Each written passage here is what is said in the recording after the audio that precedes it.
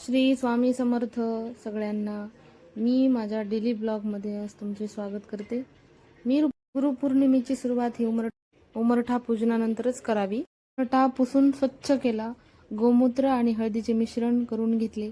जशी आपण देवपूजा करतो, तुळशीची पूजा करतो, अगदी तशीच आपल्या घरातल्या उंबरठ्याची पूजा करणं सुद्धा खूप आवश्यक आहे.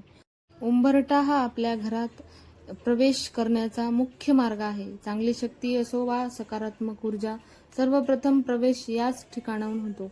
म्हणून उंबरठ्याला रोज स्वच्छ ठेवून त्याचे पूजन करणे अत्यंत महत्त्वाचे आहे.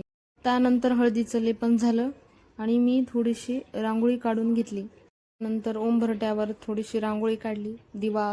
दिवा प्रज्वलित करून त्यानंतर फुले वाहून, हळदी कुंकू वाहून नमन करून घेतले. त्यानंतर मला दरवाजा पुसून घ्यायचा होता. दरवाजा स्वच्छ करून त्यावर हळदी आणि चंदनाचं स्वस्तिक काढून घेतले. त्यानंतर मला जायचं होतं आज स्वामीच्या केंद्रात.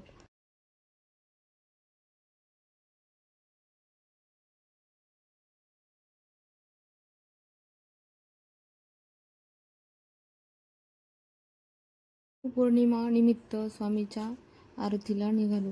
आम्हाला खूप उशीर झाला होता. ते म्हणतात ना, जिथे स्वामी असतात तेथे इच्छा असते.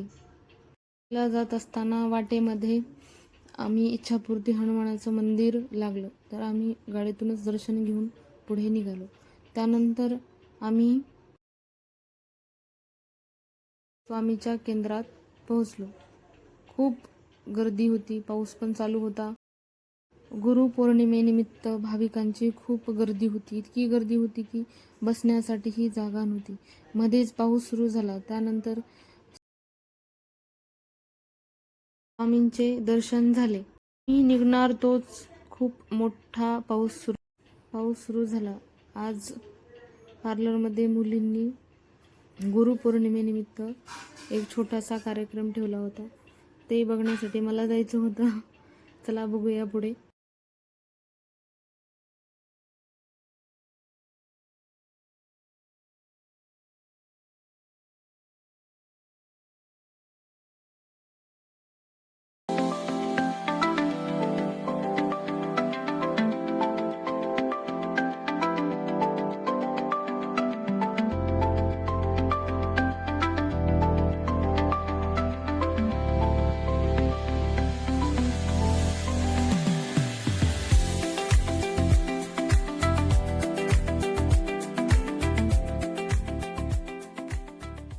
त्यानंतर खूप मोठा जोराचा पाऊस सुरू झाला. चेंज वगैरे करून मला थोडं हायड्राचं नॉलेज द्यायचं होतं. त्या हायड्राचं थोडं नॉलेज दिलं सगळ्यांना. हायड्राचे टूल्स, हायड्राचे प्रिपरेशन सगळी सांगितलं.